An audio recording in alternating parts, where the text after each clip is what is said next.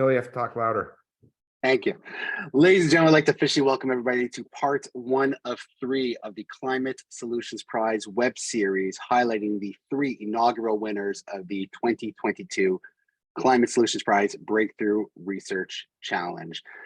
If anybody has any questions for Professor Avner Rotchschild today, please send them through in the chat at the bottom of the screen, and we will be addressing all questions later on in the webinar.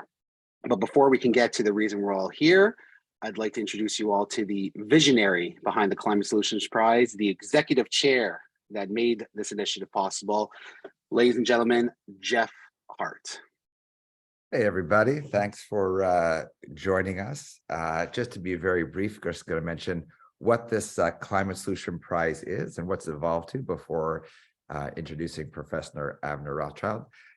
Basically, as we were looking at what was happening at the planet around us, we wanted to look at a Jewish response that could have maximum impact on helping solve the climate crisis. There's something called incentive prizes that have been around for a long time in solving some of the world's biggest challenges, from finding longitudes to getting a private mission on the moon, which actually was sponsored by a $10 million, something called the X Prize by Google, and which Israel partly won, the first private enterprise to the moon, something called the Rotchschild rocket, inspired the nation. We actually landed on the moon, although it was in pieces, and won $1 million of that prize, sponsored the aerospace industry and took it further in Israel. But we kind of said, instead of looking at how to leave the planet, let's look at how to save it with a Jewish response of literal tikkun olam. And that's why we came up with the Climate Solution Prize, initiated by JNF. It's kind of grown over time from a prize of $1 million a year for the best prizes from Israel academia. There's startup prizes that have been sponsored by our partners in Israel of another $1 million, plus a green mission to Israel, where we took a bunch of Montrealers, the Quebecers, and a couple of Americans and some folks from Europe on a trip to Israel to see some of the breakthrough technology. There some of us are. Checking out the latest in technology, a climate solution festival in Israel, so where latest in technology was shown off in front of many people, an innovator stage presenting great solutions, and a full day of conferences and content. And we're doing one in Montreal in May now, so we've created a Canadian Climate Solution Prize as well to foster great relations and to find more solutions in Canada as a Canadian organization with a focus on Israel and supporting Israel and driving innovation to help the world. So with that in mind, I'd like to introduce the winner, the grand prize winner, see there he is, of the first Climate Solution Prize series for academia, Dr. Avner Rotchschild from the Technion University. So proud of what he's done and what we'll accomplish, and he'll give us an update on his innovation and where it's at. Professor Rotchschild. Thank you, Jeff. Before we get to Professor Rotchschild, today's event, it doesn't just happen on its own. The prize, the Climate Solutions Prize, is powered by JNF, but today's event is being brought to you by JNF Canada and our partners for today at Technion Israel, which is the driving force behind Israel's next generation of global entrepreneurs, physicians, and scientists. Technion Israel is transforming the world by solving some of our greatest challenges in science, medicine, engineering, cybersecurity, and the environment. But what's happening overseas doesn't necessarily help us promote these type of events and bring them locally across Canada. So today we are also partnered with Technion Canada, which is a national organization dedicated to raising support and awareness for Technion Israel, first university and thriving hub for scientific research, education, and innovation. For more than 70 years, Technion Canada supporters have funded Technion scholarships, research, labs, and facilities that deliver world-changing impact and advance the state of Israel and the global good. Make no mistake about it, today's Technion students are the global entrepreneurs of tomorrow. Technion has been recognized as one of the world's top 100 universities and are at the heart of Israel's startup nation, with approximately 85% of all startups either funded or run by Technion alumni. Today, we are going to be hearing from one of the products of Technion, Avner Rotchschild. He's a professor in the Department of Material Science and Engineering at Technion. He's one of the founding directors of the Israeli Center of Research Excellence on Solar Fuels. Avner Rotchschild is a professor in the Department of Material Science and Engineering at the Technion, where he also leads Electrochemical Materials and Devices Research Group.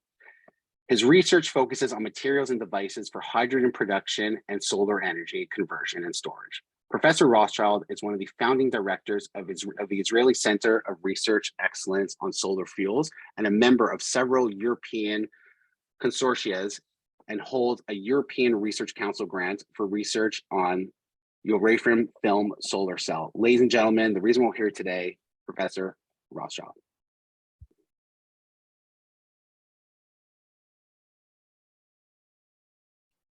He's on mute. You're on mute.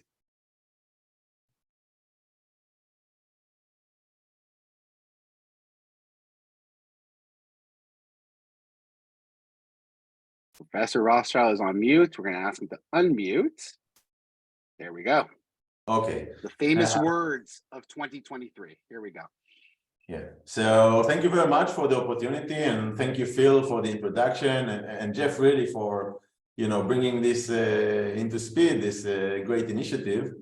And yeah, so let me share with you basically what this research that for which I won this wonderful prize is all about, and where we are heading for in the next few years. So I'll prepare some presentation, and I'll share it with you.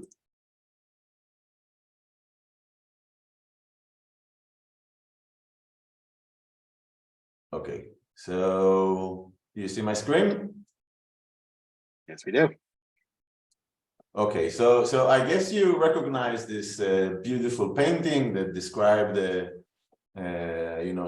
famous event from Exodus, where Moses split the Red Sea to let the Israelites escape from the Egyptians. And that is to show that, our people has been very, very good at splitting water for ages, for more than 3,000 years. And my research is also about splitting water, but I don't do this at this scale, okay? Like, I don't split the sea into two parts. I actually split the water molecules, as shown down here, which basically you bring together in strong chemical bond oxygen atom with two hydrogen atoms.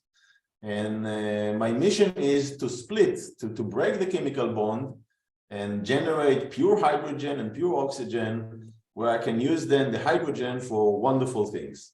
So that is in brief, that is what we do here. And the reason why we do here is to create green hydrogen. So what is green hydrogen? Green hydrogen is hydrogen that is produced from water, renewable and abundant resource, in a process that requires electricity. But the idea is that electricity comes from solar energy or wind energy. So it's a clean energy and clean water. So in the end, you generate hydrogen with zero negative impact on our planet, zero carbon emission. And this green hydrogen can then be used for many, many applications, starting from fueling transport, for aviation, shipping, heavy trucks, for chemical manufacturing, and many other purposes.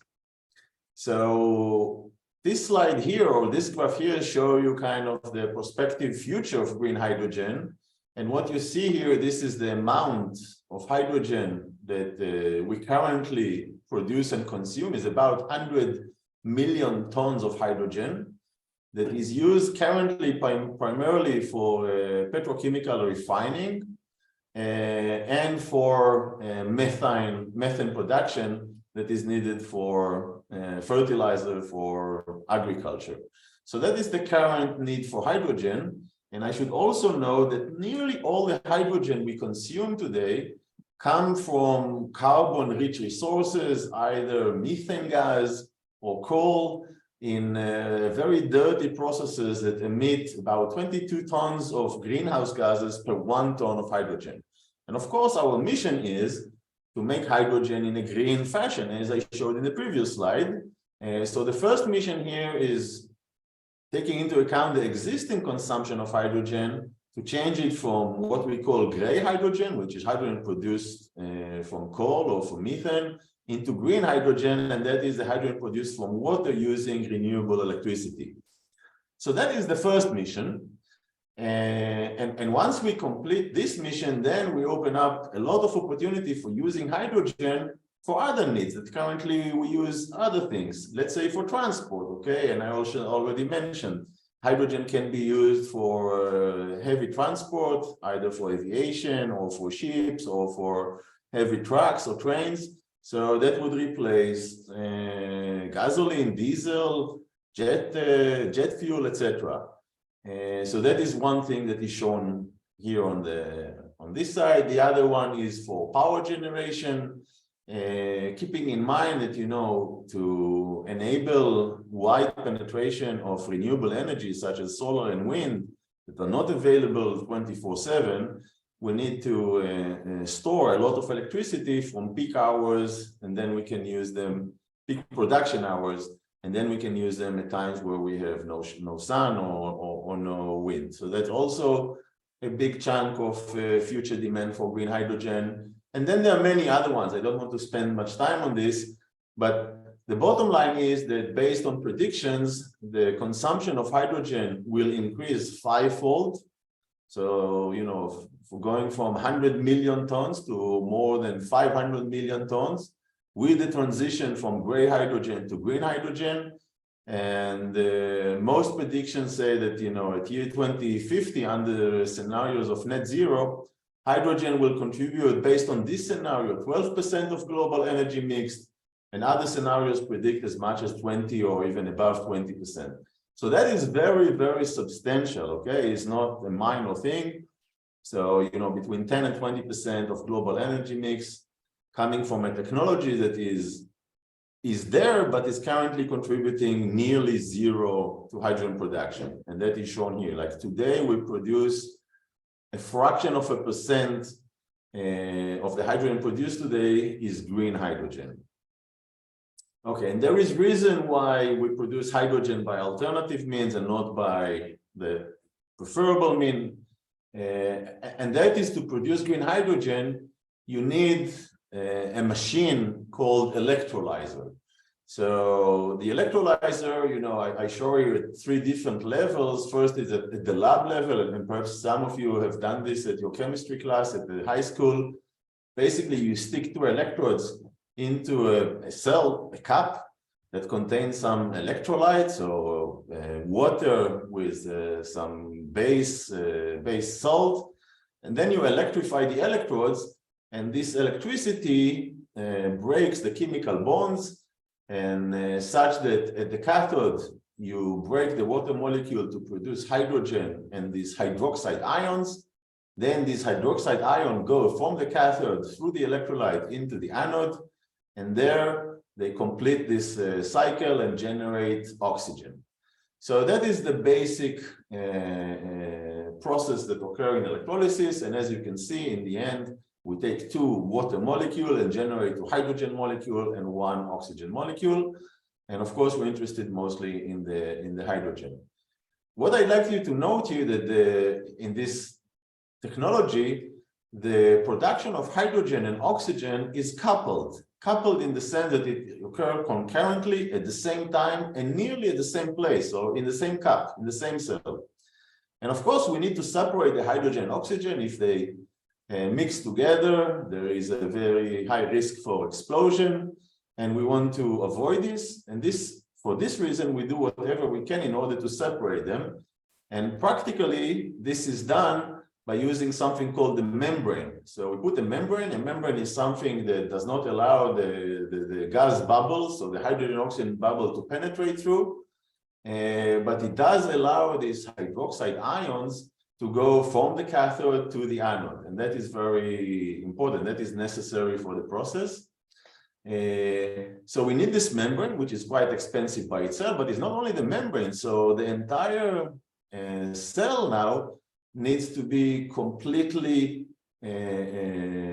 isolated. We cannot allow any leakage from the anode side to the cathode side. And this requires very, very bulky and heavy sealing component that you can see here in the picture up here. And in the end, these sealing components in the membrane, they are bulky and they are costly, and they make this electrolyzer. And here you see an electrolyzer, commercial electrolyzer at the system level, is a very bulky and very expensive machine. And this ends in high cost of hydrogen production. So based on this technology, we cannot get below $5 per kilogram. We aim to get about $1 per kilogram, which is roughly equivalent to the cost of, let's say, gasoline these days. And then this opened the opportunity to replace gasoline and gas by green hydrogen. So we need to bridge this gap between $5 per kilogram to $1 per kilogram. And our approach to tackle this problem is by decoupling these two reactions. So I started by saying that this bulk structure and costly structure come from the need to separate the oxygen and hydrogen. And we come up with an idea how to decouple the production such that the oxygen and hydrogen occur at a different time or a different place. So this is the breakthrough that we introduced into this world of water electrolysis. And with this, I'd like to summarize efforts that have been done over the last decade in decoupling techniques. So this is shown here in these schematic cartoons of 4 different technologies. The first one is kind of showing cartoon of a cross-section of an electrolyzer, classical electrolyzer, where you see the cathode that generate hydrogen, the anode that generate oxygen. In the middle, you see the membrane by this dashed line that allows the hydroxide ion to go from the cathode to the anode. That is a necessary part of the operation. Oops. And it divides the hydrogen and oxygen production into 2 half cells. So that is the classical structure that I referred to in the previous slide. And the decoupling approaches started by this slide that shows here described an invention that was made about a decade ago by a group from Scotland, where they introduced something called soluble redox couples. So these are molecules that you introduce into the electrolyte, into the water, and this molecule can absorb a proton or release a proton, and therefore they serve as a proton buffer. So the proton is an alternative ion. So the hydroxide ion we use when the electrolyte is basic, but if the electrolyte is acidic, then the ions that we deal with is protons, and this redox couple, this molecule can absorb a proton or release a proton, and therefore they kind of mediate the proton transfer between the anodic cell that produces the oxygen and the cathodic cell that produces the hydrogen, such that you can produce oxygen and hydrogen in 2 different cells, not in the same cell as here, but 2 different cells. And you need kind of to cycle this redox couple between the 2 cells. So that is the first decoupling approach that was reported about 10 years ago. And few years later, we replaced this redox couple, so it's a molecule inside the water, by a solid redox electrode. So now instead of absorbing and releasing these ions, and now we come back to an alkaline electrolyte where the ions are not protons as here, but hydroxide ions as shown here. So now we can buffer these protons in a solid electrode. And you can see it here. So the cathode produces hydrogen, generate hydroxide ions. The hydroxide ion go to the counter electrode where they are absorbed in a nickel hydroxide and make a nickel oxyhydroxide. So we change the chemistry of the electrode. And on the other side, we have the oxidized form, the nickel hydroxide, that releases this hydroxide ion and goes back to nickel oxyhydroxide. And by that, we can achieve the same goal as achieved here. We can now divide into 2 separate cells. One is generating only oxygen, where the other one generating only hydrogen, where this buffering occurs by solid electrodes instead of by soluble redox couples that kind of swim in the electrolyte. And this has some advantages over this process. But that's not it. The last one is shown here in figure D, and that is what we call the ETAC cycle. That is basically the process based on which our company H2Pro is based. And what happens here is the following. So now there is one cell where we have hydrogen production at the cathode that generate these hydroxide ions, and these hydroxide ions now are absorbed on at the anode, the counter electrode, and change its chemistry. And then after a while, we change the electrolyte from a cold electrolyte to a hot electrolyte. And under this condition, this charged electrode now reacts with water and releases oxygen spontaneously and come back to its initial state. So this is a process where in the same cell, we can divide hydrogen and oxygen production. So in part of the cycle, we produce hydrogen, then we stop, we switch the electrolyte, and now we produce only oxygen. And that is the concept of, we call it ETAC water electrolysis, that has many advantages. I will show this briefly now. So if we compare these four possibilities, then the conventional electrolysis has moderate efficiency and needs a membrane. This concept here with soluble redox couple has low efficiency and also need a membrane. And the two processes that we invented at the Technion, the first one doesn't need a membrane but has low efficiency, whereas this one, the last one, is both membraneless, so no membrane, no need for this expensive membrane and sealing, and also has high efficiency. So these are wonderful merits, and based on these merits, we created this company H2Pro that is now commercializing this technology and generating this, you see big machines that hopefully in very few years, we will be able to, to commercialize them, to sell them, and really reshape the world of green hydrogen production. So that is the past. And just to show that although this is remarkable advance in water electrolysis, it is not perfect yet. And why it is not perfect? Because these processes, including the ETAC process, is not a continuous process. So the production of hydrogen and oxygen does not occur all the time. So part of the time we produce hydrogen, part of the time we produce oxygen. And we need to replace the electrolyte from cold electrolyte to hot electrolyte. So this is called a batch process, and a batch process adds some complexity into the operation. So it is a wonderful process, but still not a perfect one. And my goal here is to come up with a perfect process that combines all the advantages of the ETAC process, so without membrane and high efficiency, and solve the problem and make a continuous process. So instead of a batch process, make a continuous process. And also we don't have to change from hot electrolyte to cold electrolyte where we have some heat losses. So with this, we come up with this green hydrogen concept where we use, similarly to the first decoupling approach that I mentioned before, we use again a soluble redox couple that is based on bromine molecules, specifically on the bromate cycle. So basically we take water, we introduce into the water this sodium bromide salt. So it's a very benign salt, it's not very much different than the salt we use for cooking. So it's a very benign electrolyte. That's first a big advantage over the other processes that require other very basic or very acid solutions. So that is one great advantage. And now we operate this in this fashion, okay? So one cell, we run electrolysis that generate hydrogen and oxidizes this bromide into bromate. And you can see that this molecule now absorbs oxygen. And then this oxidized molecule, we flow into another cell where we have a special catalyst that kind of reduces it back. So get rid of the oxygen that was absorbed in the bromide, and the oxygen now is released in the gas phase.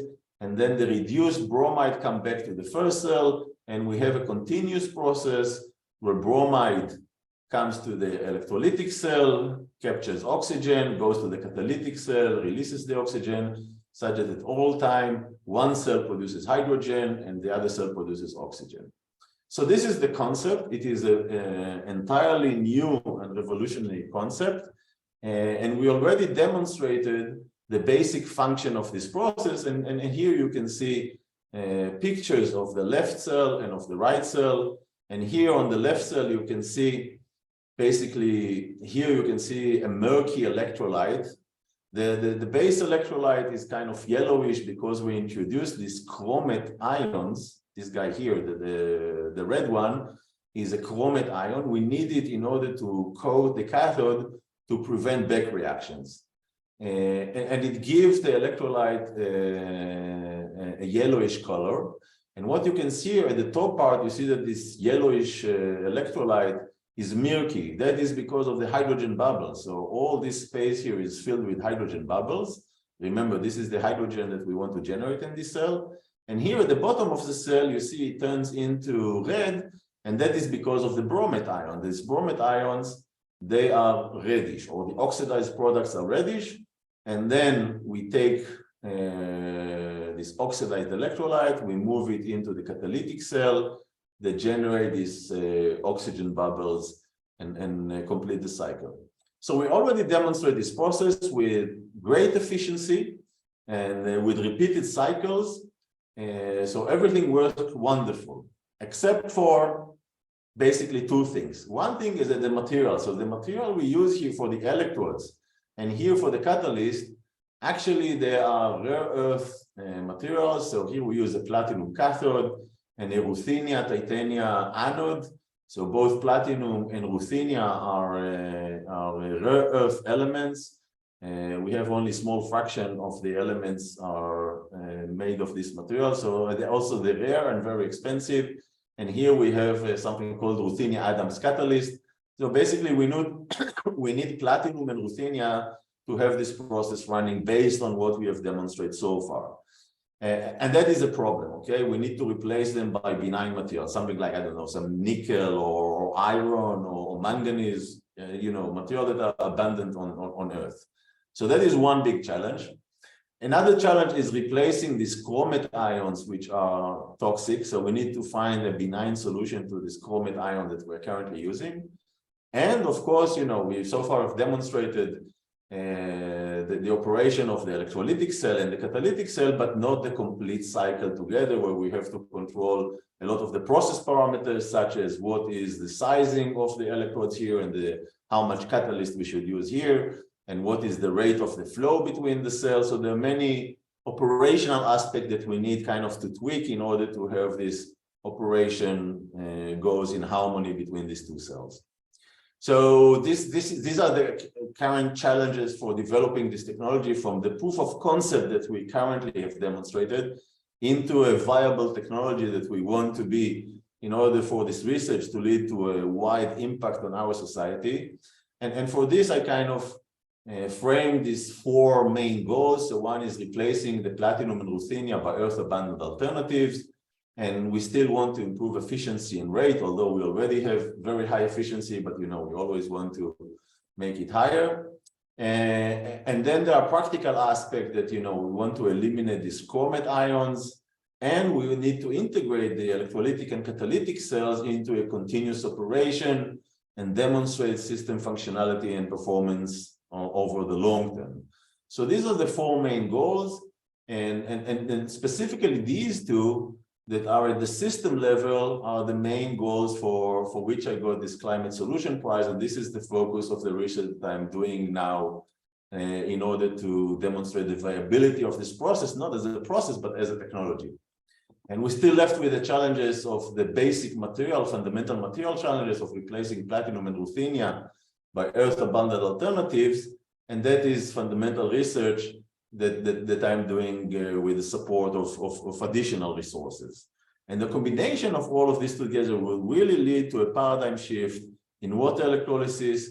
And this goal of replacing platinum and ruthenia is not just for this technology. This is generic problem in a lot of the electrocatalytic processes. Is called PGM-free catalyst. That is generic for fuel cells, for electrolyzers, and for other technology. PGM stands for platinum group metal materials. So this is platinum, ruthenium.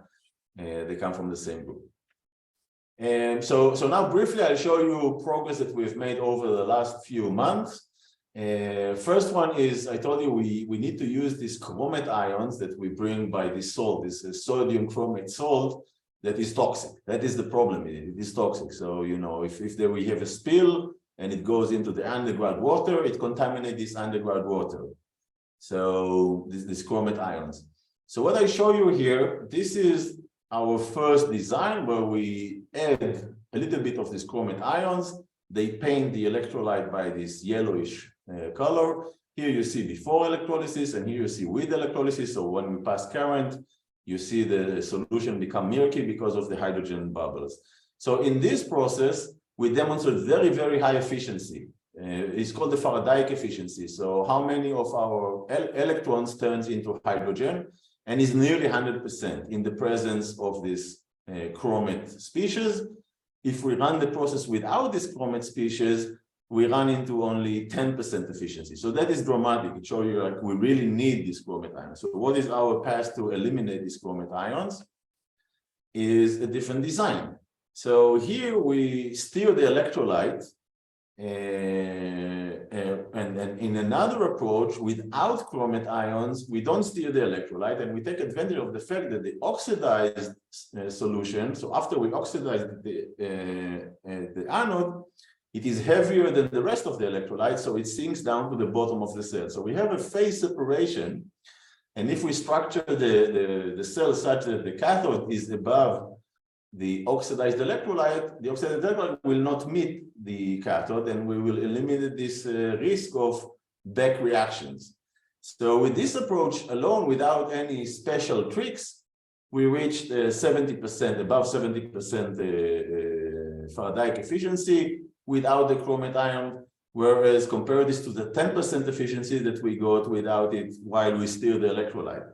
So that is in a steel setup, and the idea is that once we build the system, we make sure that we drain this oxidized electrolyte from the bottom of the cell where it sinks down to because it is heavier. And if we drain it fast enough and control the rate of the draining to the rate of the reaction, we can remove all the oxidized electrolyte before it has the chance to be reduced at the cathode.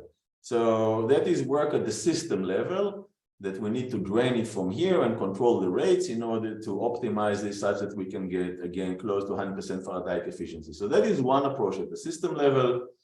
We can also look at coating of the cathode by a thin layer. Here I show you from past research, such a coating that we made on another material. You see that the thickness of this coating is just a few nanometers. It's very, very thin. It's about 1,000 of the size of the diameter of human hair, and it is also been shown to be effective to prevent this back reaction. And we can also look for alternative for the chromate ion. So that is very important for the commercializing this process. And the other thing which I mentioned before is you know, bringing these two cells, the electrolytic cell and electrolytic process that generate hydrogen, and the catalytic cell and catalytic process that generate oxygen, bringing them together into a system. So one of the things that we're working on is on immobilizing the catalyst on a porous support. That's work in progress that I show here, and combining these two cells with many machines and instruments to control the rate of the flow and monitor what goes in with special cameras, and measure the chemistry of the solution during process, and the pH and the composition. So that is work that we are currently starting to do at the system level. So making these two individual processes into a system. And here we have our key performance indicators that relate to the current that we want to achieve. So the current is the rate of hydrogen production. So of course we want is the more the merrier. The voltage relate to efficiency, so we need low voltage. Currently, we are at 1.7. We want to push it down to 1.6, while maintaining high Faradaic efficiency and without performance degradation. So that is system level that we're currently working in my lab. So with that, I'd like to finish by kind of summarizing So what this project is all about, what is the impact of this project? So the impact of this complete project is threefold. First, we are working on replacing this platinum and ruthenium rare earth catalyst by material based on nickel, iron, and manganese, so abundant material. And that is fundamental research in material science and electrocatalysis that has huge impact, academic impact, that can also turn into practical impact. But the focus here is understanding the mechanism of the reaction and then bringing in alternative materials to this platinum and ruthenium. The second one is developing this process and demonstrating its efficiency, not just at the individual cell level, but now at the system level. And that would lead to a groundbreaking hydrogen production technology that would, I predict, or I hope, would even surpass the ETAC process that we currently develop at the company H2 Pro. And then the combination of these two, and especially the PGM-free catalyst, would have broad impact on other technologies such as fuel cell, chloralkali production, water treatment is also related to this bromide species. So this is broad impact into society in other technologies. So that is really what this research is all about. And with that, I'd like to end by, first of all, thanking Jeff Hart and JNF Canada for the vision, hard work, and generosity to create and continue the growth of the Climate Solution Prize, of which I am one of the first winners. And of course, the Technion Canada team that support the growth of the Technion. And and I guess this is time for questions here. Thank you. Thank you, Professor Rotchschild. We do have quite a few questions to get to and so little time, so we'll get right into them. One of the earlier questions we received in your presentation was you were discussing gray hydrogen, which is to most people considered very polluting before it becomes green hydrogen. And the question was, by producing 1 ton of gray hydrogen, what sort of toll would it take on the environment? Yeah, so I think I mentioned this. So production of 1 ton of gray hydrogen produces 22 tons of greenhouse gases. So I mean, it is not there is no advantages of using gray hydrogen over using methane gas as it is. There is no advantage, okay? And I can say that currently the production of hydrogen is responsible to, if I remember correctly, 2.4 of the total greenhouse gas emissions that come from human activity come from the production of hydrogen, of gray hydrogen. So already the production of hydrogen by the current technique, by steam methane reforming or coal gasification, is responsible to nearly 2.5% of CO2 generation. And of course, we need to shut this down and replace it with green hydrogen. But once we have the technology for green hydrogen, we can use this green hydrogen for many other applications that currently there is no reason to do that.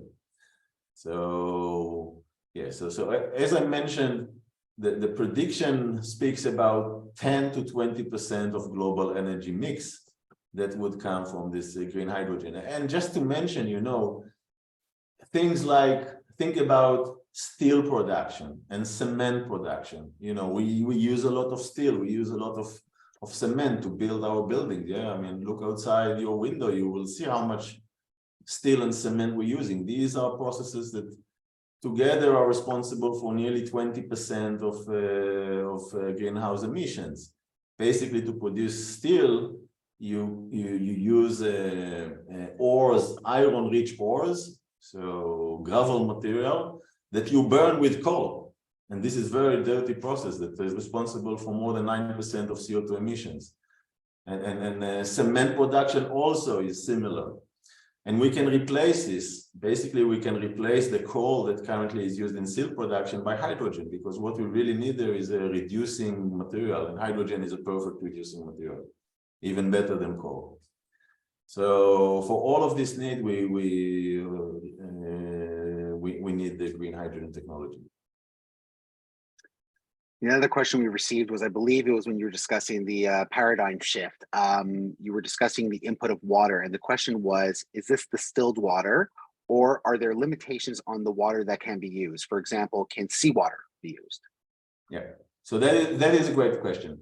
So currently, the practice in electrolysis, commercial electrolysis, and also in our process at H2 Pro, the practice is using distilled water. Okay,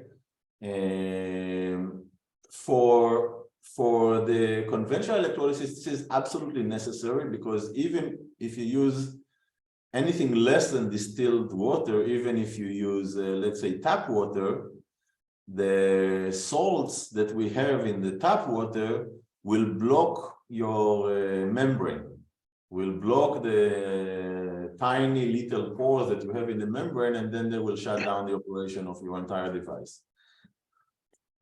In our processes, they are membrane free. We don't have membrane in our processes, so essentially we do not need ultra pure water. That is in theory. In practice, we haven't proved that yet. And in a minute, I will also, in a moment, I will explain why. For the same reason, in principle, we can also use seawater, especially in the process that I described now. This, the electrolyte that we use is water plus sodium bromide. Sodium bromide is very, very similar to sodium chloride, which is the salt that we have in seawater, or the salt that we use in cooking. It's very similar composition. So in principle, we could use seawater. And the reason why we don't do it is because it complicates. So these processes require interaction between materials, and once you change something, then you might find out that some of the material corrode in a way that you did not expect. So any of these changes can come up with a lot of complications down the road, and we are very, very hesitant of introducing these changes. And really, although it may sound wonderful of replacing tap water by seawater, in effect, when you look into the economics of this, both the economics in terms of dollars and the economics in terms of energy, you see that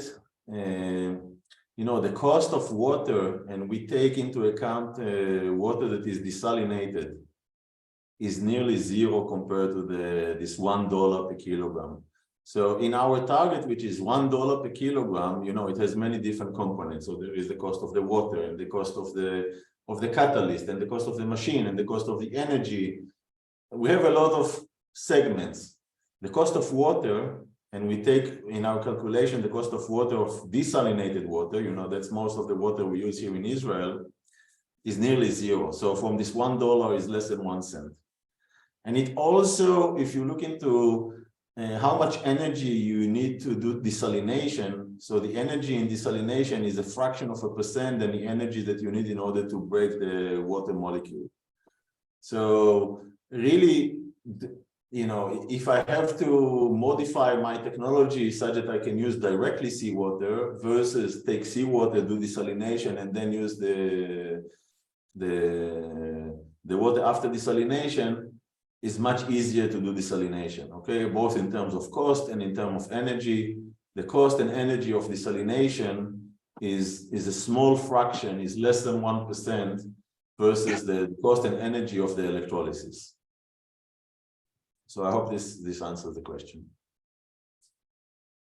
Now we're coming towards the end, but a couple more questions. So it actually just so happens it was exactly 1 year ago today that the Climate Solutions Prize launched in Israel and opened for applications on March 1st, 2022.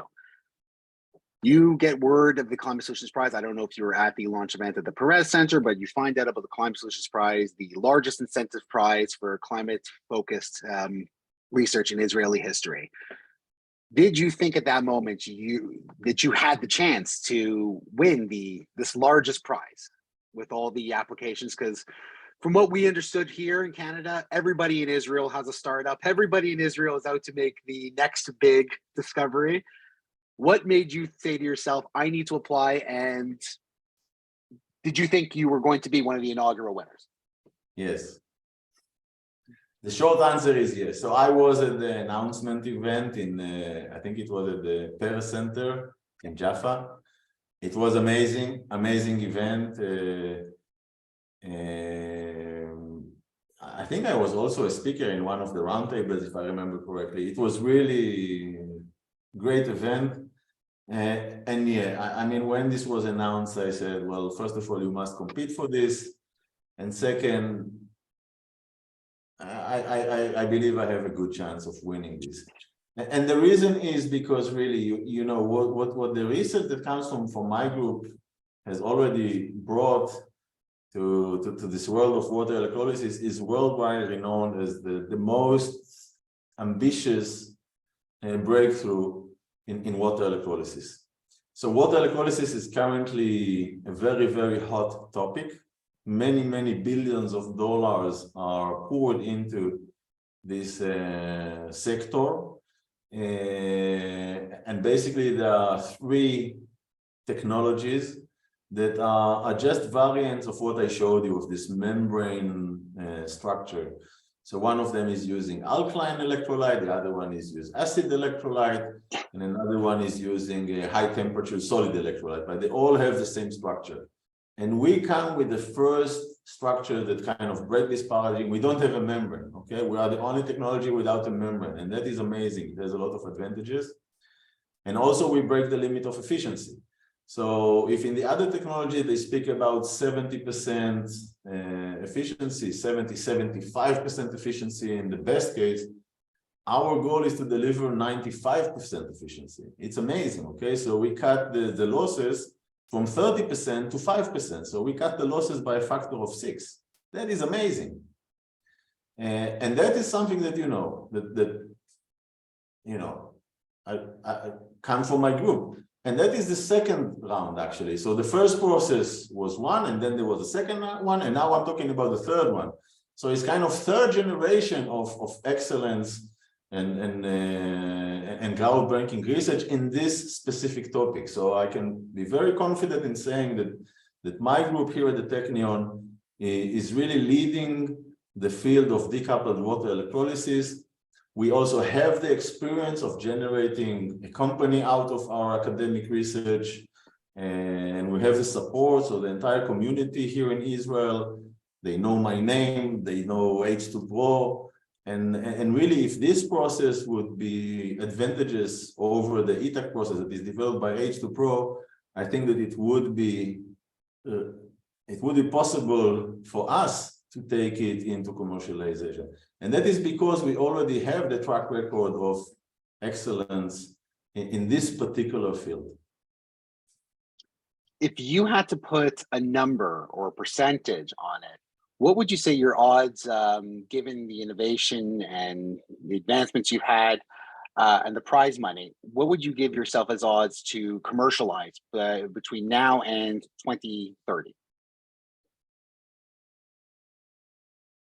I don't know. I mean, that's really that's not fair. I mean, I believe in what I do, and I'm pretty confident that I can deliver the key performance indicator that I wrote, and they are really bring us to the top of the top of the top. Okay, that is I'm very comfortable with. But now, speaking about technology, there is so many other things that, there's so many wheels that are turning, that all of them need to turn in harmony. So really here, there are so many things that are unpredictable, out of my control. The COVID, okay? COVID and the slowdown of world traffic and world supply has slowed down the development progress at H2Pro. Things that we used to get in a few weeks now takes half a year. So, if let's say a pump breaks down and you need to replace it, so, you need to wait 3 months, and that really slowed down the process of the development. And then there is very, very high competition. I mentioned that really billions, many billions of dollars are poured into this field of green hydrogen production. We are in very strong competition. There are more than 30 companies in this race. So really in commercializing technology and coming at the first or second or third place, there's so many things that are out of my control that I would really, really try to be kind of modest in this. So in the technology, in the science, in technology, I'm very confident. Whether in the end we will be the winners, that is something that is very, very difficult to predict. There's so many things in the scaling up, like, I see how a process that was, the electrode we used in my lab 5 years ago, that was not 50 years ago, it was only 5 years ago, were the size of my finger here. And in the machine that I showed, the green machine that I showed, the size of the electrode is about the size of a football field. So, the scaling in bringing this concept from basically from my head into the lab with my students, and then into a product, and then selling this product is huge. So in that sense, I wouldn't give any number. What I can say is, since we have this groundbreaking technology, I mean, this process is better than any other process. Okay, this process that I'm now developing, I have strong belief that would be better even than the ETAC that I developed 5 years ago together with other partners. And we were able to commercialize it with a very successful company. I mean, H2Pro is very successful. I don't know how many of you, but it's a company that now we celebrated 4 years. So in 4 years, we raised more than $100 million. We have more than 100 employees. And we are moving very, very fast in our target. This year, we will have our first pilots. And, Godspeed, next year, we will have our first product. That is amazing, fast progress for a company, for a deep tech company of this scale. I'm part of this, and this is part of me. So there is a good chance that, that if we realize that this new process is better than the old, okay, it's not so old, it's only 5 years old. Remember, electrolysis is more than 100-year-old, okay? So the first commercial electrolyzers came up at the beginning of the previous century. Then I believe that we will have the power and everything it takes into generating a company around this new technology that has a good chance to be successful. JNF Canada and the Climate Solutions Prize are definitely in your corner, pulling for you. Last question, just before we get to our thank yous. I know you had mentioned earlier, before everyone else joined in, you're working on some other interesting projects. Can you briefly discuss? Yes. So while I'm still in my own science and academic research, I showed you what I'm working on. But over the last year, I took a very broad Technion-wide initiative. It's called the Technion Sustainability Frontier. So that is currently there are 2 flagship programs at the Technion. One is called the Human Health Frontier, and the second one is the Sustainability Frontier. These are flagship programs that bring in together hundreds of researchers, thousands of students, research centers, with the aim of addressing the grand challenges of our society. The first one was human health, so treating cancer and many other things that we all are familiar with. And the other one is sustainability. So sustainability is green energy and renewable energy, and is water, okay? So wastewater treatment, and is climate technologies, carbon capture and sequestration, technologies that relate to alternative foods, so alternative proteins, urban technologies, production of materials so all the technologies that, and not just technology, okay, it's more than just the technology. Technology is only one part of this. The other part is kind of changing our way of living. So, we are all geared to our consumption, right? I mean, economic growth and consumption, that's everything that kind of push us. But, for the planet is not so good, this consumption. We need to think about how we can consume less or more effectively, and how we can recycle the product of our consumptions. So all of the things come into sustainability. And now I'm heading this Technion-wide program in order to promote this, all of these ideas, and really come up with worldwide impact into this field. So there is, basic research into technology that is obviously one very big thing that we are very good at, the startup nation. And now in our startup nation, there is a big shift from cyber technologies into green tech technologies, or we call them now climate technologies. In the last year, 1 out of 5, so 20% of new startups were in the climate tech arena. And I hope that this will increase. So that is obviously one front, but the other front is really,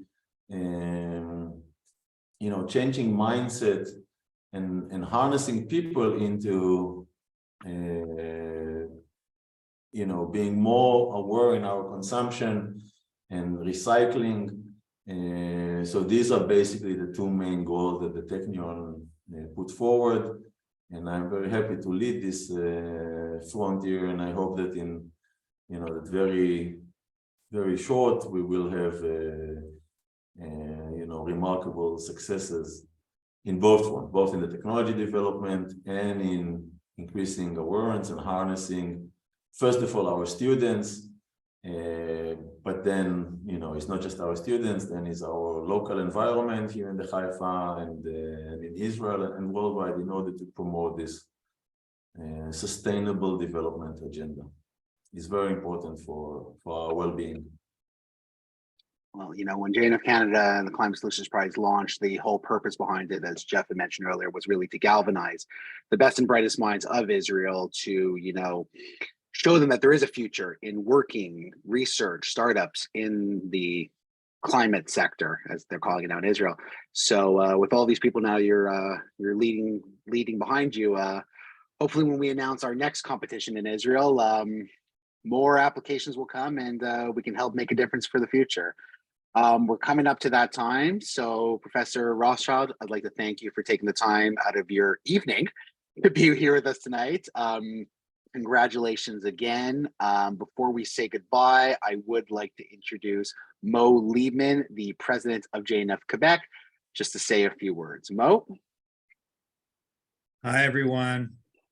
Just want to say thank you again for being here, for being part of this. And I want to tell you that the next 2 weeks, we have another 2 presentations happening. So if you're not already registered, then Phil, please share the link to register. Otherwise, if you are registered, you'll get your Zoom link the day before the event. That said, we're very proud of, at JNF, we're very proud of the Climate Solution Prize. And we're so proud of where it's come and where it's going, and we're excited for that. So thank you, Jeff and the team, for leading the way in that direction. And Professor Rotchschild, please don't ask me any technical questions about your product, because my science coverage was a C+ at best in high school. So thank you very much for your time and your dedication to helping us, move forward and save the environment.